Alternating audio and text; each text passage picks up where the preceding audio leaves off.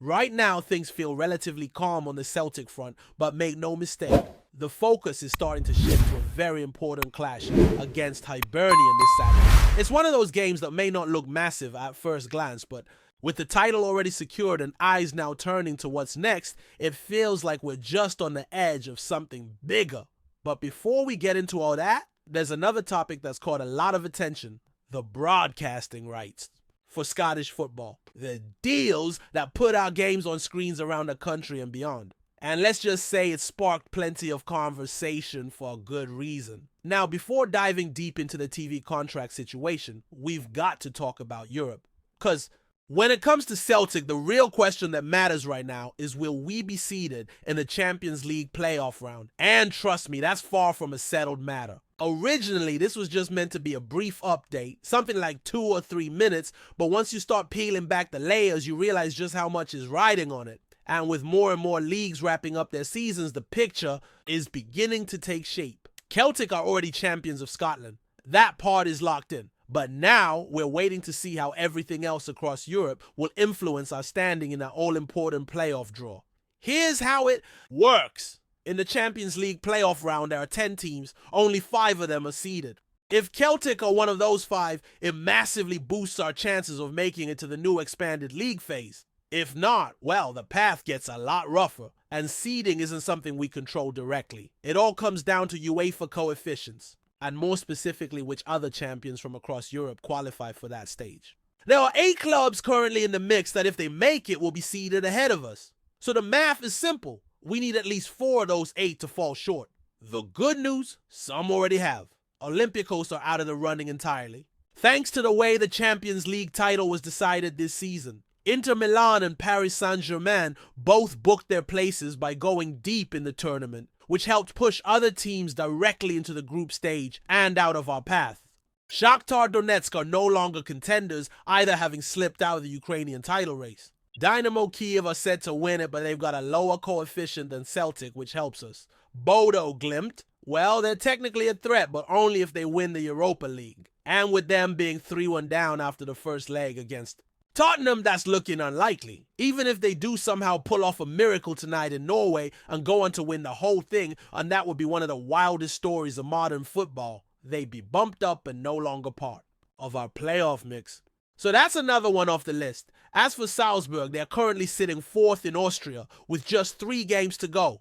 They're 4 points off top spot and have multiple teams ahead of them. It's looking more and more improbable that they win the Austrian Bundesliga. And if someone else takes the title over there, which seems likely, we're in a much better position since any other Austrian champion would have a lower coefficient than us. So far, so good. But the rest, that's where it gets tricky. Crvena Zvezda, or Red Star Belgrade, have already locked in the Serbian title. That puts them straight into the second qualifying round and makes them a real contender in the seeding race. Ferencváros look well placed to wrap up the Hungarian league, and in Denmark, Copenhagen are edging closer to sealing the title, though FC Midtjylland still have a shot. They face off this weekend in what could be a decisive game. If Midtjylland win, they could throw a spanner in the works. That would help us. So if you're a Celtic fan, maybe keep an eye on that one. Meanwhile, Dinamo Zagreb are second in Croatia, just a point off the top with 3 matches remaining. That's another one to watch closely. If Zagreb miss out on the title or get knocked out early in qualifying, that could be exactly what we need.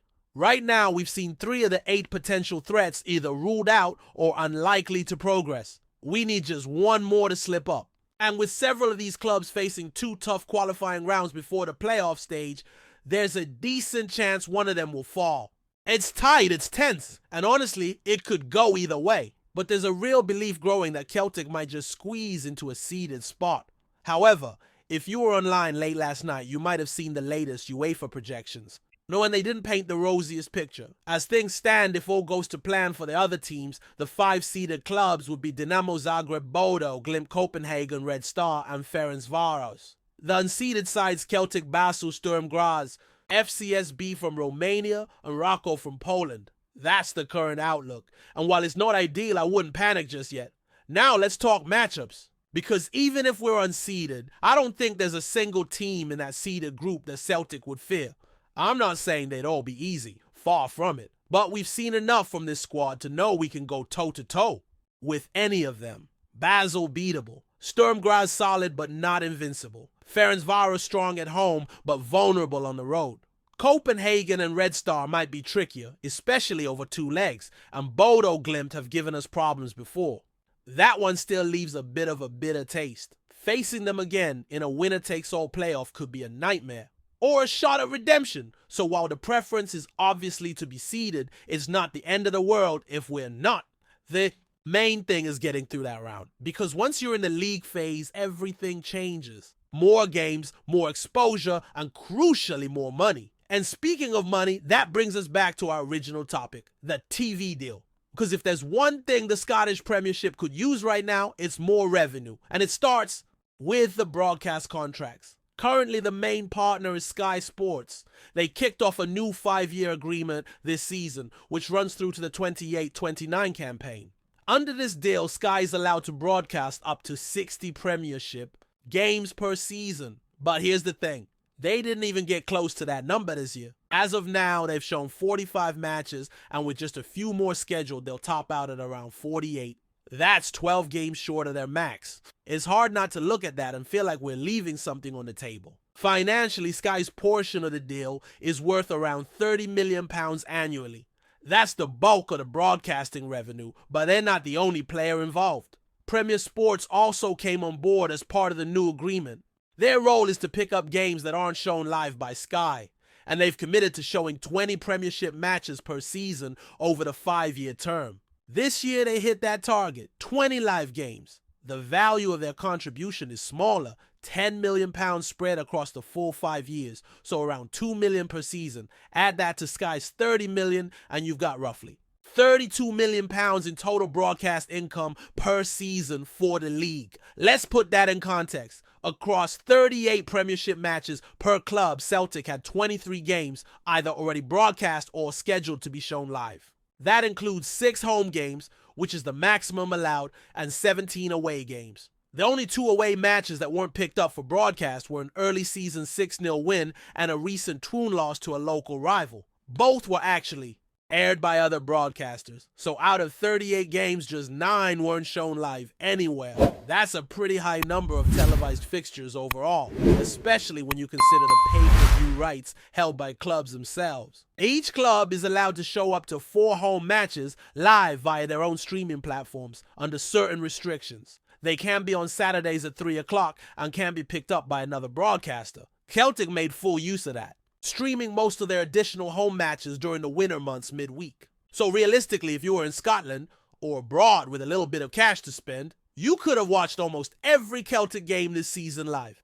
That's impressive, but it also raises a question with that level of coverage. Are we really getting enough value out of our TV deal? To answer that, you've got to look at what similar sized leagues across Europe are making. And let me tell you, the comparison isn't pretty. I've been digging into this, and although the data isn't perfect, some numbers are outdated, some include second divisions or even women's leagues, we can still get a rough sense of where we stand. In short, near the bottom, take Turkey. For example, the domestic league brings in around £136 million per season. That's the biggest TV deal in Europe, outside the top 5 leagues. Belgium comes next with around $115 million. Norway's top flight pulls in $64 million. Denmark about $52 million. Even Austria League, with some clear similarities to ours, generates $34 million. And Sweden, with their Allsvenskan, is reportedly close to $30 million, though they've just signed a better deal and the full numbers haven't been made public yet. Still, it's clear Scottish football is lagging behind. And that's frustrating, because this isn't just any league. We're home to one of the fiercest rivalries in the sport, a derby that draws global attention every time it's played. We've got a football culture that runs deep with some of the highest per capita attendance numbers in world football. It's a small country, sure, but the passion here is enormous. Football isn't just a pastime in Scotland, it's woven into the national identity. And yet when it comes to broadcast revenue, we're falling behind. There are reasons for that. One of them is the structure of our main broadcaster. Sky Sports operates on a UK-wide level and naturally prioritizes the English Premier League. 2. Be fair, they also cover the English Football League, but the Scottish game often feels like an afterthought. The numbers reflect that. The Eredivisie in the Netherlands, for instance, shows 136 matches live per season. In contrast, the Scottish Premiership, under both Sky and Premier Sports, is capped at 80, and only 68 have actually been broadcast this year. That's half of what the Dutch manage. If we could increase the number of live broadcasts, we could almost certainly negotiate better terms. But there's always that tension between the broadcasters and the fans in the stands. Kickoff times fixture changes, and the general sense that TV dictates too much. Still, if we want more money in a game, something has to give. Maybe it's time to rethink the rule that limits broadcasters to just 5 visits per stadium each season. That always seemed arbitrary. Or the blackout. On Saturday 3 p.m. kickoffs. Perhaps that too will be revisited eventually. I'll pause here and continue in the next part with further exploration of broadcasting models, alternatives like league-owned channels, and how the future could look for Scottish football. Stay tuned. Before we proceed, subscribe to our channel and enable notifications to receive all exclusive news about Celtic FC. Don't miss any details about your favorite team. It's extremely important for Celtic FC fans. In a transfer move that has set the Scottish Premiership abuzz, French playmaker Dimitri Payet has officially signed for Celtic FC. The former Marseille and West Ham United star arrives in Glasgow with a reputation for flair, vision, and the kind of technical brilliance rarely seen in a Scottish game. At 38 years old, Payet might be approaching the twilight of his playing days, but his arrival is no sentimental signing. Sources close to the club suggest that the veteran midfielder passed his medical with ease and is raring to make an immediate impact. His unveiling at Celtic Park was met with rapturous applause from supporters, many of whom recall his stunning performances at Euro 2016 and his unforgettable goals in the Premier League. Manager Brendan Rodgers expressed his delight at capturing a player of Payet's pedigree. Dimitri brings a wealth of experience and a creative spark that can unlock any defense. He's a player who can change a game in an instant, and we're excited to see him in the hoops. Rodgers told local media following the announcement, the deal, rumored to be a short-term contract with the option for extension, is seen as a signal of Celtic's intent to reinforce their attacking options as they look to push for silverware on both domestic and European fronts. Payet himself seemed enthused by the challenge ahead. It's an honor to join such a historic club, he said. The fans, the atmosphere, the passion, everything here reminds me why I love football. I can't wait to play at Celtic Park. Payet's arrival comes at a crucial time for the club, with injuries mounting and the title race heating up.